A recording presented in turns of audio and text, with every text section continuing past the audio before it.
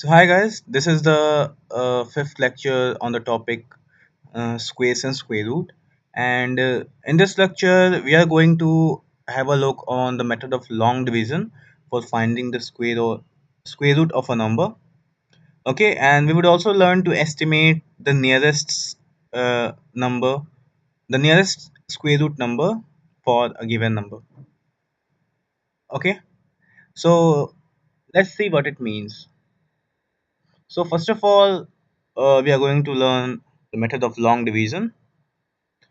Okay. So let's assume we have a number like 4096. This is a very huge number. If you want to find it by find the square root by repeated subtraction, mm, it will take a very long time. In fact, prime factorization would also going to take very long time. So for that, we are here for long division method. Okay, what we do in long division method is we take pairs of a number from starting from left. Okay, starting from left, you mark the pair of numbers, like you mark one pair, you mark second pair, and let's say if there is a third number, then you mark the last number as it is. It need not be in pair or not, but starting from left, there must be pairs. Okay, so what we do now is 40. We see the number 40. Okay, now take the nearest number which is less than 40, and it is a perfect square. So less than 40 and a perfect square, like 39 is not a perfect square. Now 38 is also not a 37. 36 is a perfect square number. Okay, since 36 is a perfect square number less than 40, we subtract 36 from 40. Okay, we subtract 36 from 40, and we write 6 here, because this is the square of 6. 36 is the square of 6, so we write 6 and we subtract 36 from 40. Okay, now what is the remainder? The remainder is 4. Okay, now double this number, this particular quotient 6. You have to multiply this 6 with 2 and write it here, so we get 12. Okay, 6 into 2 is 12, and here the remainder is 4. Now put back the remaining number which is at one sentence place, so 9 and 6. So there is number 12 on the right side of the bar, and 496 on the left side of the bar.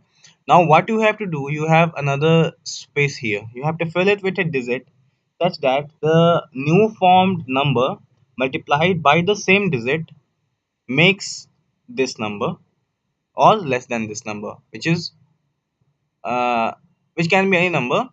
Just you have to take in mind that the number must be less than the number on the right side.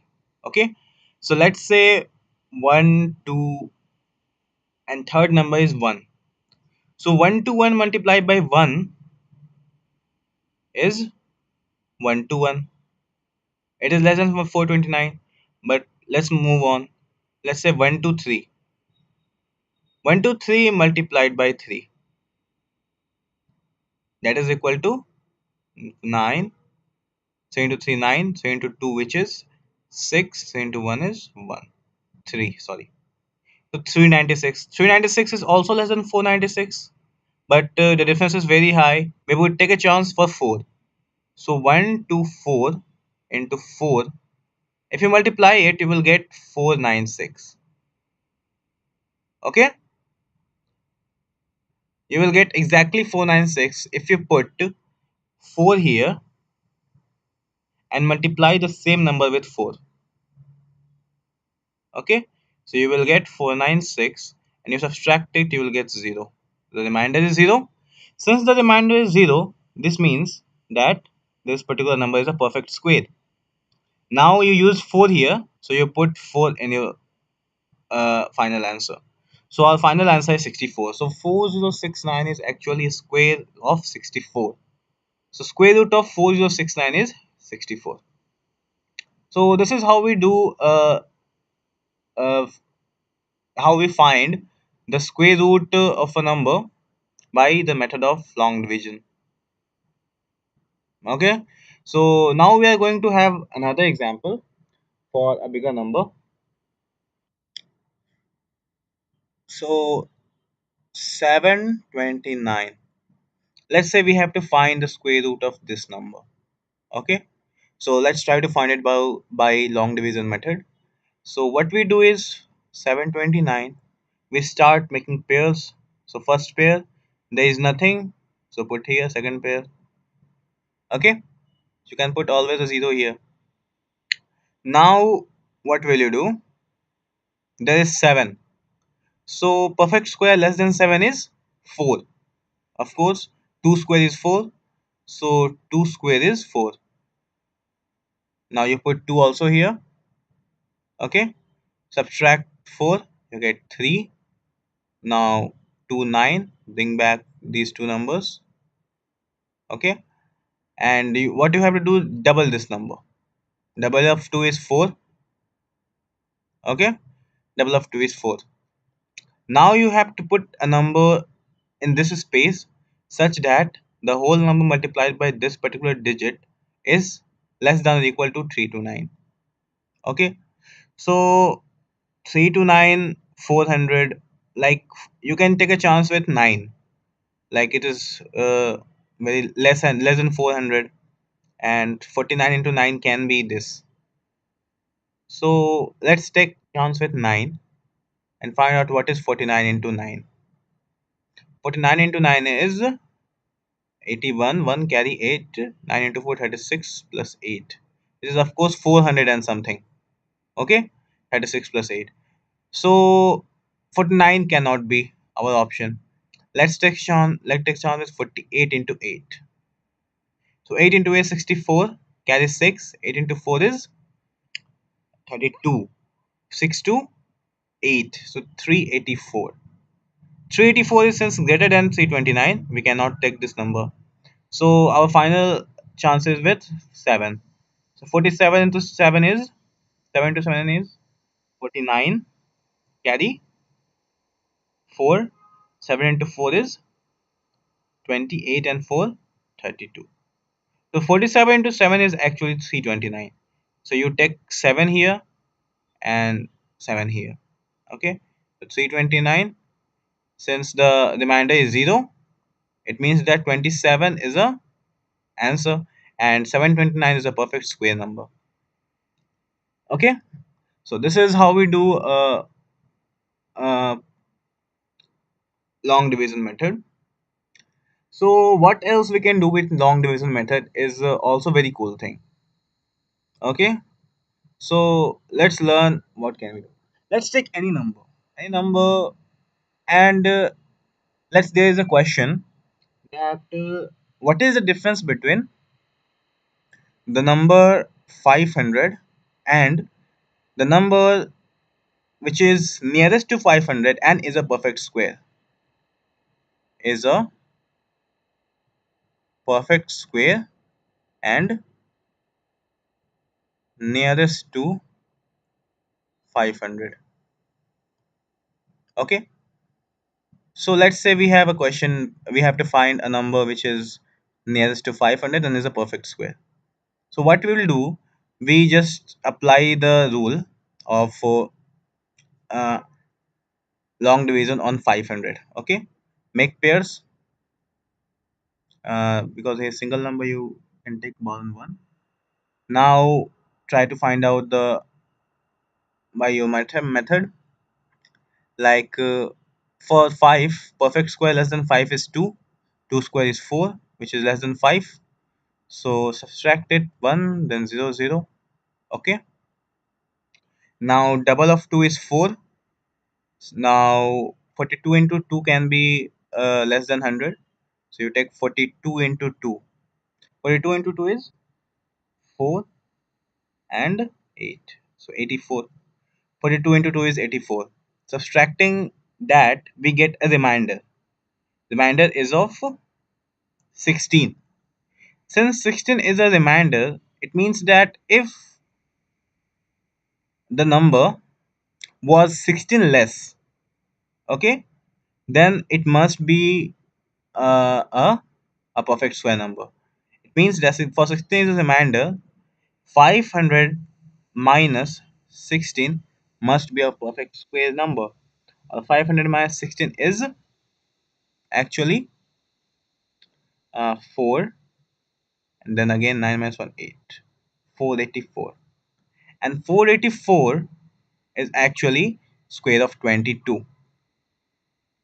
Okay, so the nearest number less than 500 is 484, which is a perfect square. Okay, so this is one very good property of long division method, that you can find a difference between the smaller perfect square number and a given number. Okay, so this will help us in estimating the squares. Now another very important thing in this topic is, for a particular given number you have to estimate the nearest square root. Okay, for estimating the nearest square root, what that means is that if you have a given number which is, let's say, 34, and you have to find the nearest square root. Okay, so what you have to do is, root 34 is between one number and the second number, like n square, n and n plus 1. Okay, you basically have to find n and n plus 1, and then you have to see which is greater, 34 n square and n plus 1 square, squaring each the numbers in this inequality. Then we find the difference between n square and n 34, and n plus 1 square and 34. We see the difference is lower in one case, and that particular number will be the nearest number. Okay, so let us find this in case of 34.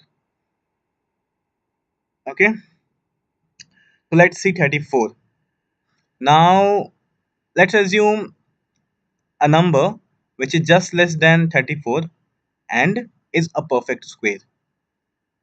Okay, so you can use prime factorization also, but you can see here that the number less than 34 is 25, which is a perfect square, and the number less than greater than 34, which is a perfect square, is 36. Okay, so the difference here is 2, and the difference here is 9. Since 2 is lesser, so root of 36 is actually the estimated square root. Square root of 34, estimated square of 34 must be 6. Okay, so this is how we find it. So this is it. And the second thing I want to tell you is that if you want to find the square root of a decimal number, okay, like if I tell you we have to find the square root of 6.25, okay, you have to find the square root of 6.25. What will you do? You just have to take it in, make it in the form of fraction numbers. Okay, so you can do it like 625 divided by 100. Okay, then you can take each particular square root of 625 and 100.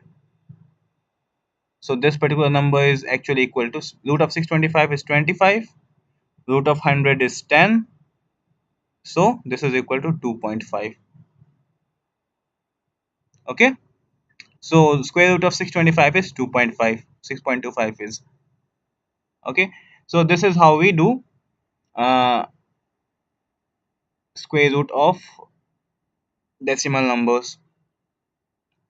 Okay, you can remember it like if the number of digits after the decimal is even, then you can easily do it.